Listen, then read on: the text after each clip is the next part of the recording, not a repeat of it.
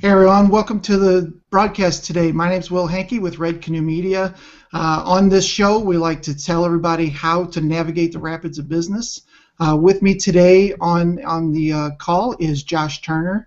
Josh Turner is the founder of LinkedSelling, a B2B marketing firm specializing in fully outsourced lead generation campaigns, as well as Webinarli.com, which we're going to talk a lot about today.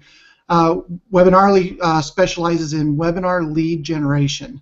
His company represents clients in the US, Canada, UK, Asia, and Australia in a wide variety of industries.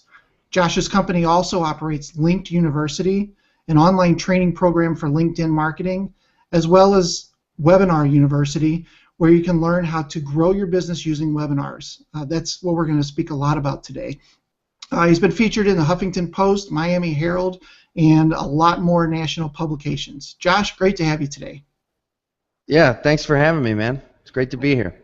I really appreciate you coming on today's show. And so the focus today, we're going to talk a lot about webinars and Webinarli and how that all works. But before we get into all of that, why don't you tell us a little bit about how you got started in, I know LinkedSelling was kind of first, so how you got started in your business.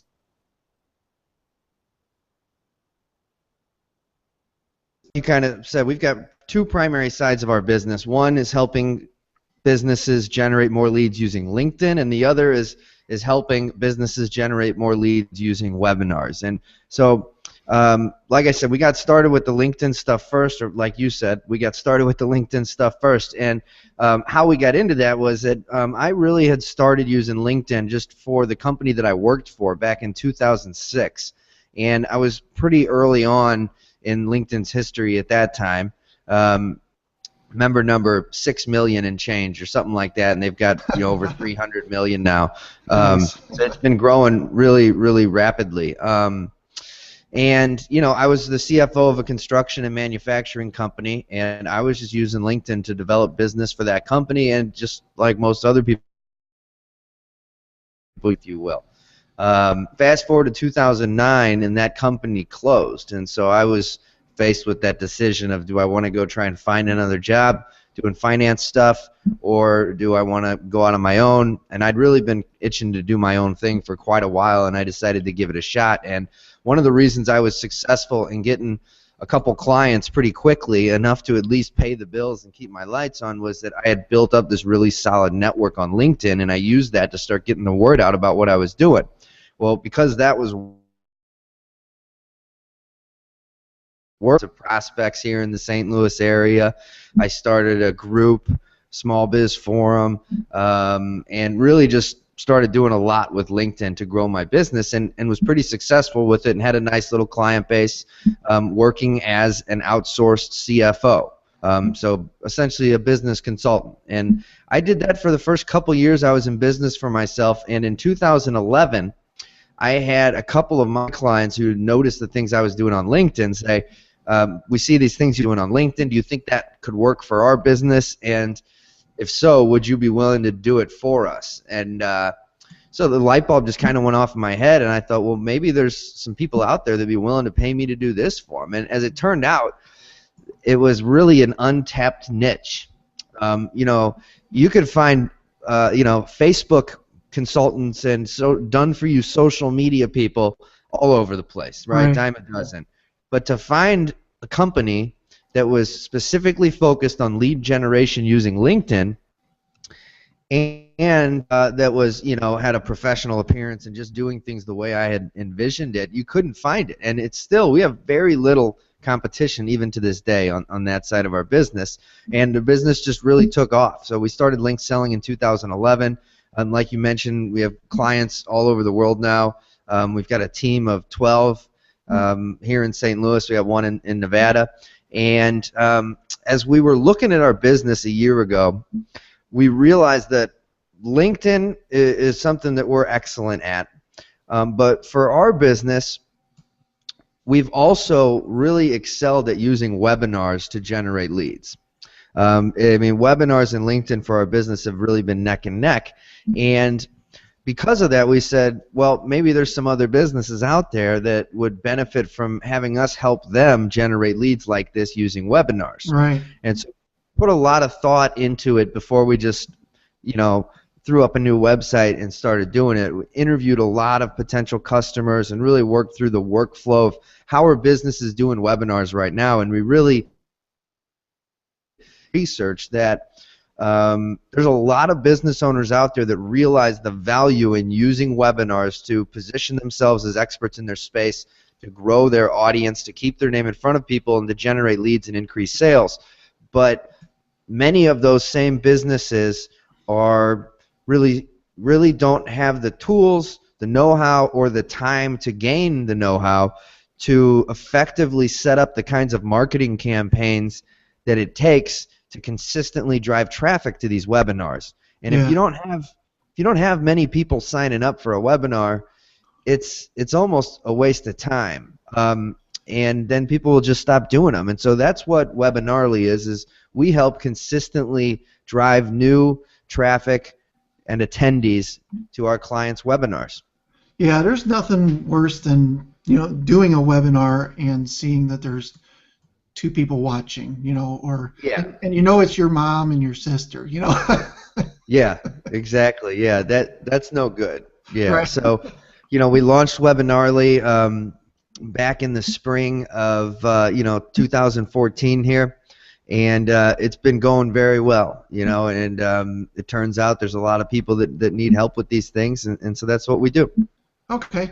Are there certain kinds of businesses that should use webinars that works better than others?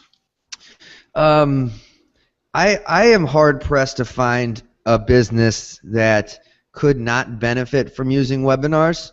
But if you're B2C, it's probably a good chance that webinars might not be the best fit.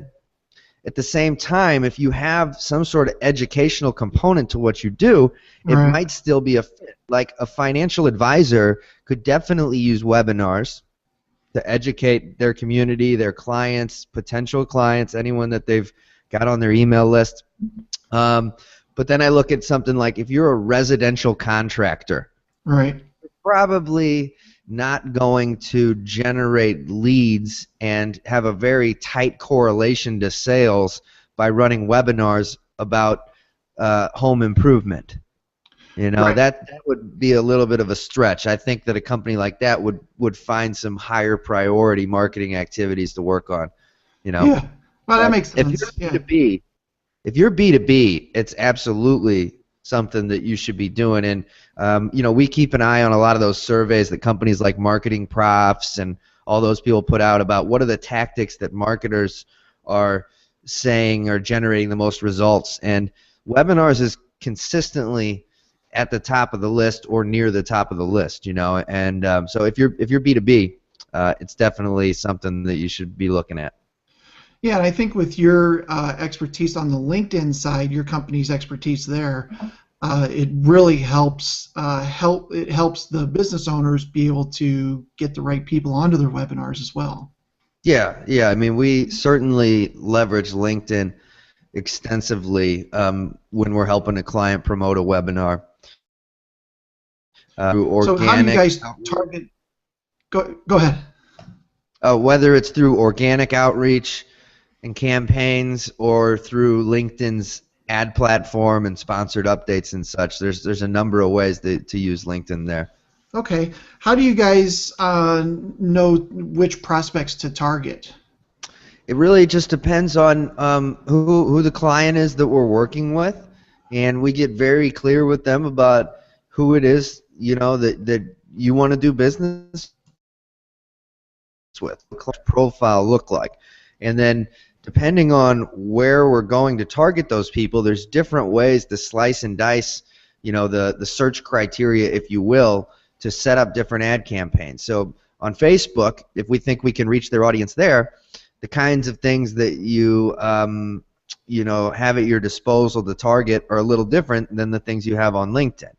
So I mean, how do you decide which prospects to target? It really just comes down to being as simple as number one, who are the types of businesses that our client wants to work with, and then two, just having a real clear understanding of what options are at our disposal in the different places that we run campaigns.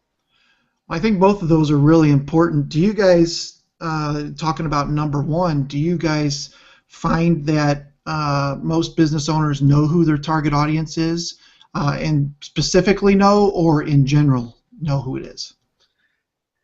Well, there's always a variety on that spectrum. Yeah. You know, but I would say that most of the people that we work with have a pretty decent idea of who a good prospect is for their business. You know, Yeah. because if they come to us and say, well, it could just be anybody. Anybody could be interested in what I do. Well, And I've if heard we that can't, before. Yeah. yeah, if we can't get them to work with us to drill down to come up with a very, a much clearer definition of the best prospect that they want to work with, then it's difficult to create messaging that will resonate with people. And it's also very difficult to target because the audience size is 7 billion at that Right. point. Right. And so the campaigns you're running are gonna not gonna resonate with people, So those people typically don't become our clients. Our clients typically have a somewhat clear idea of who they want to go after. Okay. And do you ever come across clients who have more than one specific target audience? Oh, sure. Yeah, absolutely. And we handle that a number of different ways. I mean, one example is a client of ours who we had a campaign running for them that targeted directors in large hospital networks and healthcare companies, in specifically in roles related to information management. That campaign went very well, so then we set up a second campaign to go after another target market of theirs, which is general counsel and legal professionals in big companies. Oh, wow. So similar product, they just have different segments that they approach differently in the market. We've got a client who we're working with to target credit unions initially, and then the campaign is going to roll into commercial real estate brokers. So there's definitely ways with these things to target lots of different types of people, and we do the same for our business. At any given time, we have probably 5 to 10 active campaigns running, targeting different types of people. So a few examples might be, we have a webinar running that is specifically for people in Australia, and we have a webinar running that is specifically for financial advisors. We have one that's for professional services firms, one that's for companies in the UK. And then we might have a more generic one that's kind of a catch-all for anybody, and that's just an example. And we could just keep on going down the list. Right, but I think it's very important that that you define who that target is, and if possible, Right. the particular person or spot on the company, that particular title, and then Right. show those ads specifically to those people. Yeah, definitely. I mean, especially with LinkedIn, you've got the ability to not just target some generic profile, but really what you were saying is you can drill down to, I want somebody in this company in this exact position, or you can even know the exact person that you're going after, and there's ways to get that person to attend your webinar, Right, and right. or whatever message you want to put in front of them, really. I mean, and just because you put a message in front of them doesn't mean they're going to attend, but it becomes a numbers game. So if you're the kind of company that has, let's say you've got 100 named accounts that you're trying to target, LinkedIn is a place that you need to be spending time. There's no doubt about it. Yeah, and there's also the custom lists in Facebook Mm-hmm. where you can advertise specifically to these people and show these ads to these people. That's a pretty cool thing too. Yeah, no doubt. I mean, and to be able to then, have them all working together with retargeting, so for anybody doing this, a lot of people think, well, what's the thing I should do first? And they think, all right, well, I'm gonna do LinkedIn. But if you're not setting up some of the basics like retargeting, which can be really easy to set up, then you're going to be missing out on some leads. Yeah, So even if you think that LinkedIn is where your prospects are at, and you can't even figure out a way to use Facebook's ad platform to try and target them, still do the retargeting because they're on Facebook.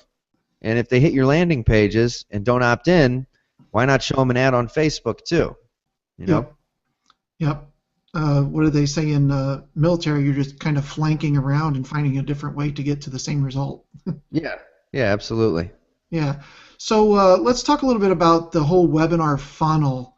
From before the webinar ever starts, all the way kind of through after it's over. All right. What kind of tips do you have? Let's just specifically talk about starting it or before you even push the "We're live" button. Sure. Sure. So tips so first off, I mean, when you say webinar funnel, what that means to me is the whole process that you have planned out for how you're going to work somebody through, all the way at the top end with your ad campaigns, to the next step of your landing pages, to then the email sequence once they're on your list and signed up for the webinar, then the webinar itself, and then what happens after the webinar, all the way to how they become a client, right? Yep. So on the front end, in the initial stages, I would say, I mean, one of the best tips I can offer is to segment your landing pages. So if you are doing a webinar, create a number of different landing pages based on the different types of people that you want to target for your webinar.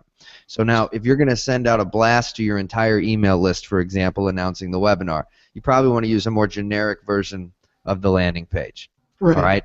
But let's say that let's use that example I had of a professional services webinar, right? So, learn X, Y, and Z, and this is a webinar specifically for professional services firms. Well, you can segment that down so that you have a landing page for bankers. You have a landing page that's just for CPAs. And you have one for any of the other types of professional services firms that you're going to be targeting.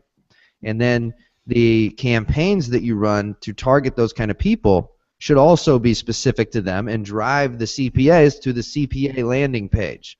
And what you'll see is a pretty significant lift in conversion in those very targeted, specific landing pages versus the generic ones. And thus, your ad spend on campaigns you're running is greater, or you get more out of it, right? So your cost per lead is going to go down, and you're just generating more leads out of the same budget. So it takes a little bit of work on the front end, but let me just be clear, it doesn't mean you have to have 10 separate webinars or 5 different webinars. You've got these landing pages all funneling people into the same webinar, really, for professional services firms. Right. And once you do the webinar, it resonates with all those people, and I think that's pretty smart. I think a lot of people who try to do a webinar will try to, once again, reach everyone, or even if they just reach everyone in professional services, that's still the generic landing page is not going to resonate as well as something specifically for bankers, for instance. Yep. Yeah, absolutely. And so it does take a little more time to set up on the front end, but it's definitely worth it. Yeah. So once they get to the landing page and they opt in, there's an email sequence, I guess, that happens after that, prior to the webinar starting. Sure. Yeah. So a couple things on that. If you're asking for tips. Yeah, or even how many days ahead? What is the time sequence between putting an ad out and actually doing the webinar? Well, it really depends. Okay. If we're talking about doing a live webinar, then you're gonna probably want at least 3 weeks ahead of lead time to start promoting it, because you really, with these kinds of campaigns, unless you're just promoting it to your emails or you're promoting it with an affiliate and they've got a big list, that's a different story. You don't need that kind of lead time. It can be, hey, it's next week. But if you're driving traffic to webinars on a consistent basis from ad campaigns and different sorts of tactics like we help our clients with, sometimes when you get it rolling, it's not working right away, and if you don't give yourself any breathing room, then you could run into that situation where you've got a webinar coming up in a couple days and you got almost nobody signed up for it yet. It just doesn't give you any breathing room to change your messaging, tweak your landing pages, tweak your ads to try and get things where they need to be, and then in terms of the email sequence, you have to set that up accordingly. So it depends on how much time, but you certainly want people to get a welcome email, like a, hey, you're confirmed, you're in, here's the information on how to get into the webinar, and they should get that relatively shortly after signing up, if not immediately. And then you really just want to think about, okay, what are the things I need to say to this person to continue to keep reminding them of why they should be excited about this webinar and why they should show up. Because if you don't do that, then they'll forget why they signed up for this webinar a week ago or even a few days ago. Why did I think this was going to be good? I don't think that I'm going to do it. But if you've got a couple emails that go out the 2 or 3 days leading up to the webinar, just reiterating what they're going to learn on the webinar and the benefits they're going to get out of it, then you're going to get your attendance where you need it to be, which typically 30 to 40% is about what you should expect. And you might be thinking, well, I'm using GoToWebinar or I'm using this other webinar platform, and they're going to send out a reminder email for me. Well, that reminder email will remind them of the topic and how to log in. But Right. usually it's not going to remind them of what they're going to learn and get out of it and why they need to attend and be excited about showing up. And that's really the key part to making sure that they do show up. Yeah, I think that's another thing that a lot of business owners miss when they go to do a webinar. I think that's hugely important, is to have that email, just a couple emails worth of content. Here's what we're going to learn. Here are the things that you're going to get out of this, and the benefits, obviously, as well. Yeah, absolutely. Yeah, that's pretty awesome. So we're getting ready to start the webinar. What kind of tips do you have before you go live, or right before the webinar starts? Sure. Well, first off, I highly recommend GoToMeeting, not GoToMeeting, GoToWebinar. All right, by Citrix, and just every single time that I work with somebody who tries to use a different platform, it just doesn't go well. GoToWebinar is the gold standard, and what you are trying to avoid is the technology not working for either you or the people that are attending. And there's a lot of new options out there for you to try, but even to this day, I just did a webinar with somebody earlier this week. It was on a Google Plus Hangout. And you can, there's some different tools you can use to run webinars off Google Plus Hangouts, and people aren't comfortable with the technology. So there's all sorts of people in the chat complaining about audio not working and the video not playing and this and that. And right. If you're serious about using webinars and getting maximum results out of them is important for you, then I would recommend spending the money to have GoToWebinar, because it is the gold standard. All right, so now I'm off my soapbox. I don't get any money. I should ask Citrix to start paying me for all these recommendations that I'm giving for them, but it's a good product, so that's what happens. But in terms of the 10 minutes, go ahead, Will. I was going to say, this is episode number 7, and we originally do this on Google Hangouts, and then I turn it into a podcast. But to be quite honest, this is the first time we're on episode 7. This is the first time we haven't had terrible technical difficulties. I believe it. In, Right, it could still happen. Yeah. So, sorry, I had to take a drink there. 10 minutes before the webinar starts, you wanna log on. All right.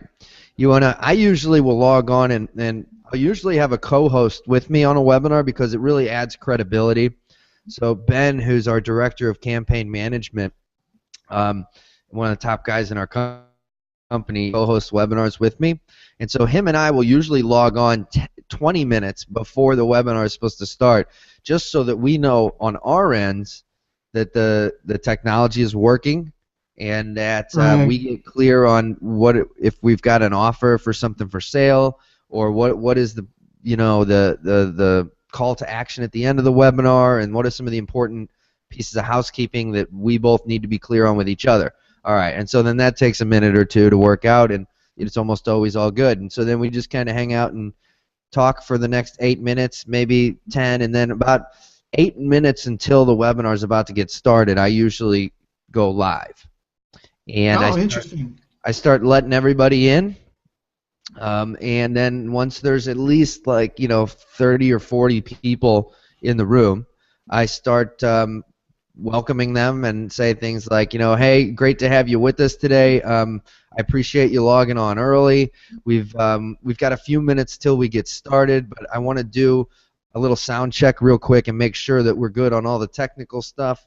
So let me know in the chat if you don't mind. Just confirm that you can hear my audio clear and that you can see the screen. Just put something in there, good to go, or got it, or it's all good, or something like that. And then so you get some interaction with the audience, and you've got them telling you that, yeah, I can hear you, everything's good. And usually, it's all good. And so then from there, we will usually say, great, all right, well, we'll be back on in a few minutes to welcome some of the newcomers, and so go ahead and grab a drink or take care of any last second items, and then I'll mute it for a few minutes, and I'll go grab myself a water or whatever, look at an email or something, whatever it might be, and then Right. I'll get back on, and I'll essentially just welcome all the new people, and there's still a few minutes to go before we get started, but then at that point, with about 3 minutes to go till we get started, I will I'll start getting into some of the benefits of why they're with us today, and trying to get people excited and just making them feel comfortable for being on there with us early. And I'll start asking them, hey, let me know in the chat where you're calling in from, and people will say, hey, it's Dan from Idaho, and Jody from California, and Steve from UK, and all that kind of stuff. And that's good to do. You want people interacting and engaging, and so doing it before the webinar, it's a really easy way to get them plugging things into the chat and kind of having a good time with you and feeling represented.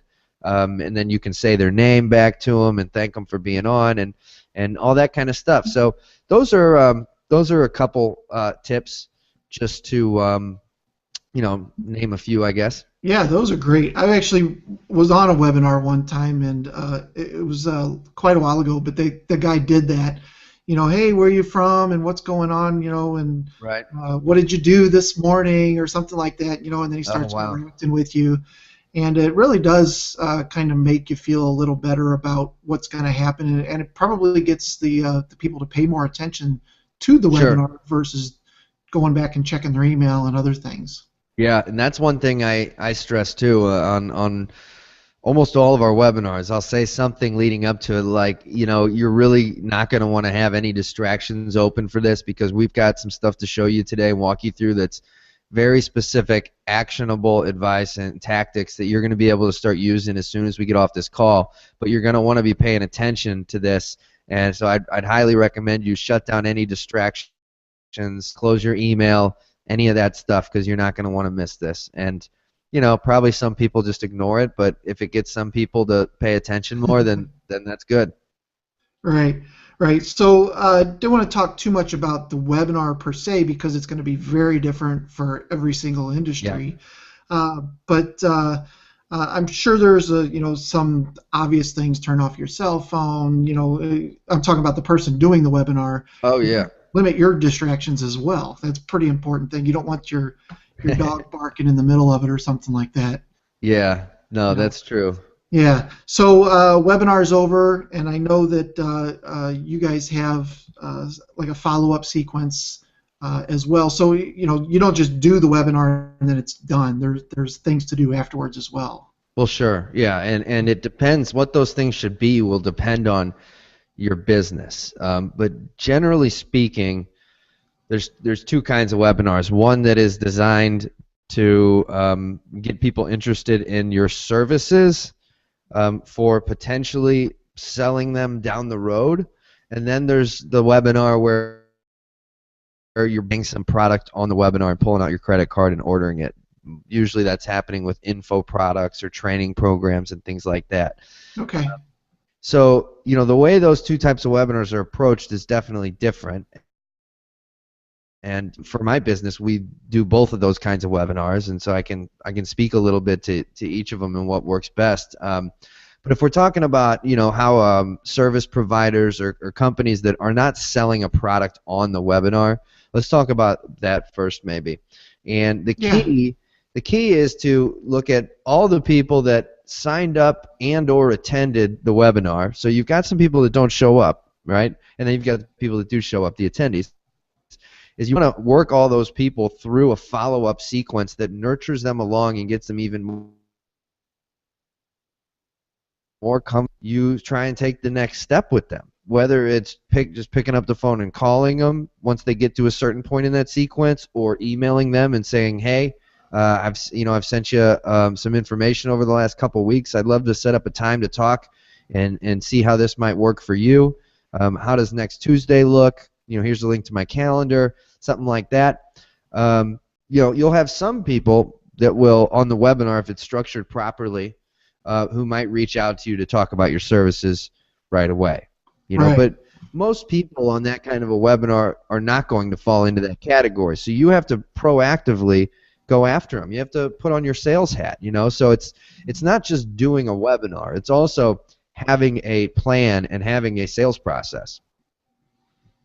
That makes sense. It's definitely interesting that, the two different kinds, and actually that was a question I was going to ask about. Is there a percentage of webinars that you do that are purely informational versus one that is specifically because we're trying to sell something? Yeah. Sure. Okay. So, hey, I'm sorry, man, the audio broke up a little bit on me. Can you repeat that one? Oh, sure. I'm sorry. Is there a percentage of doing webinars that are purely informational versus webinars that are specifically for selling something? In the entire world?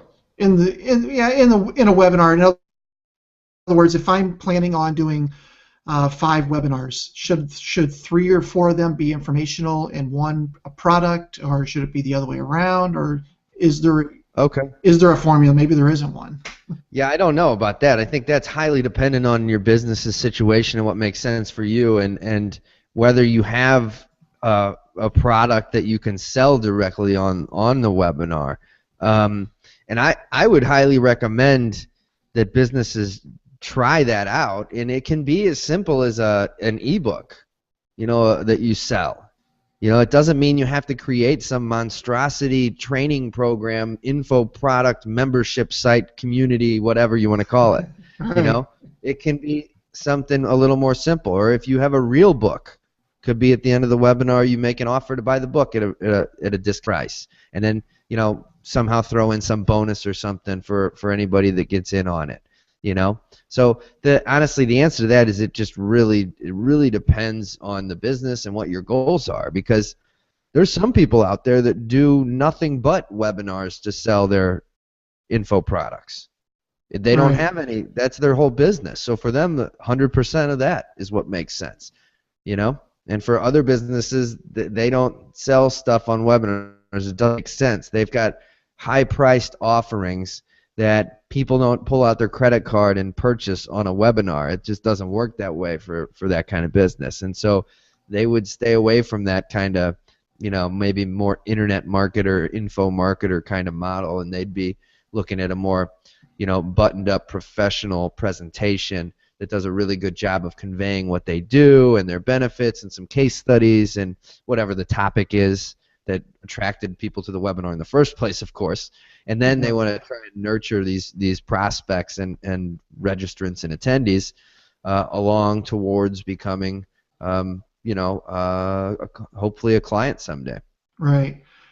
So I know that the other part of your business with LinkedSelling is focused more on helping people grow their business using LinkedIn.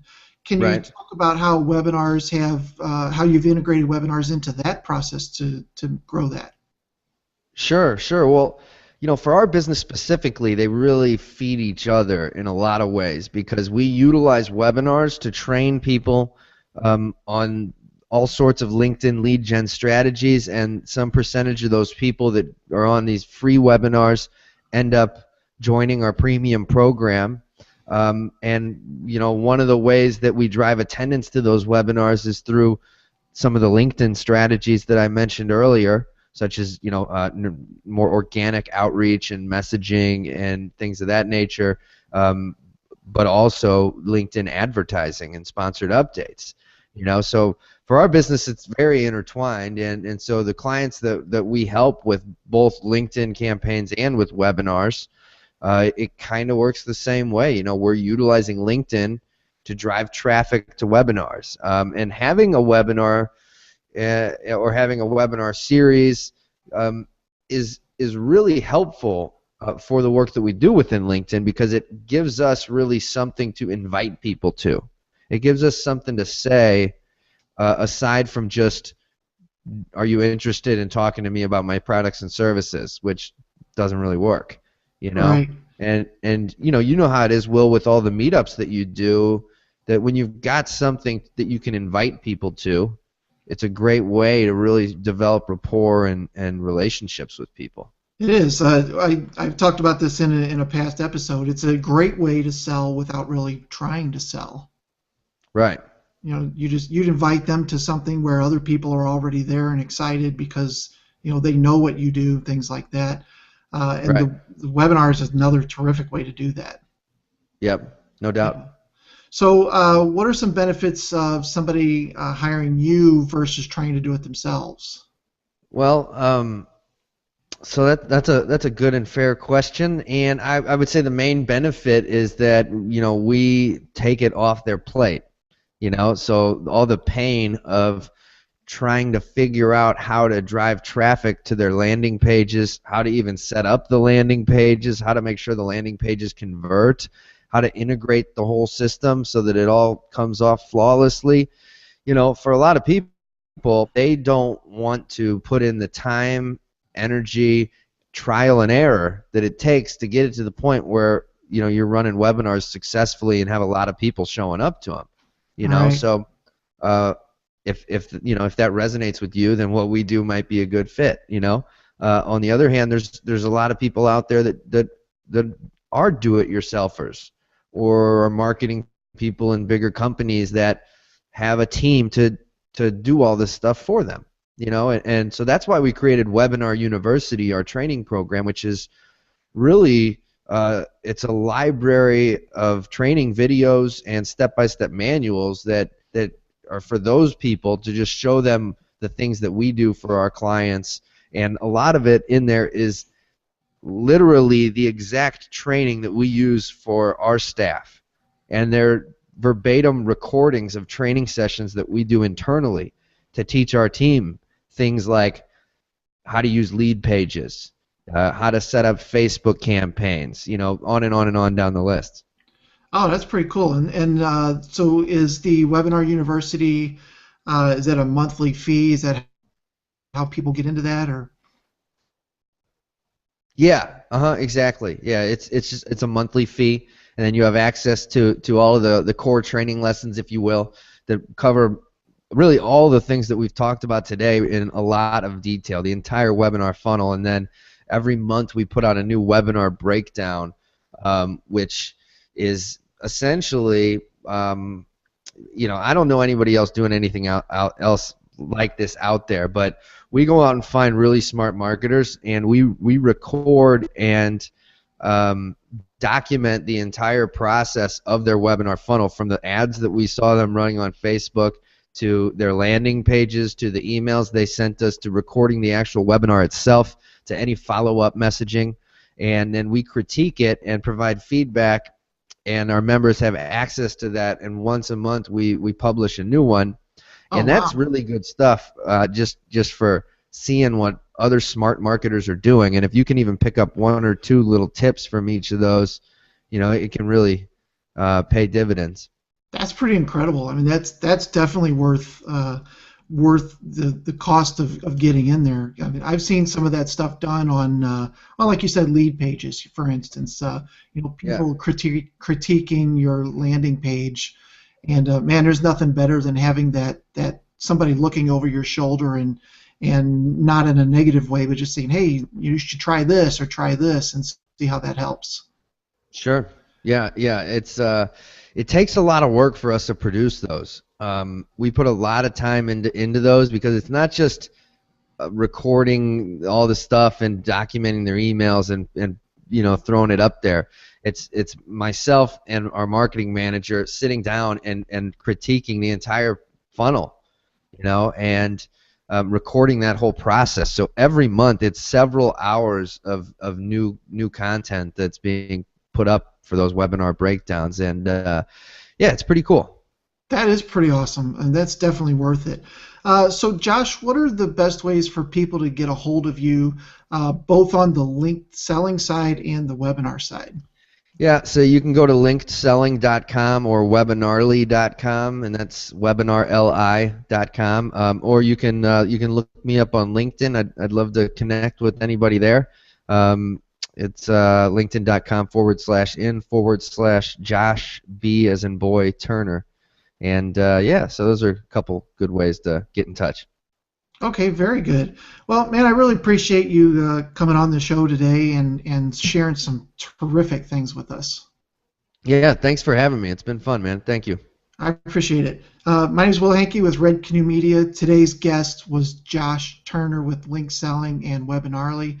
And hope everyone has a great rest of your day. And thanks for being with us to help you navigate the rapids.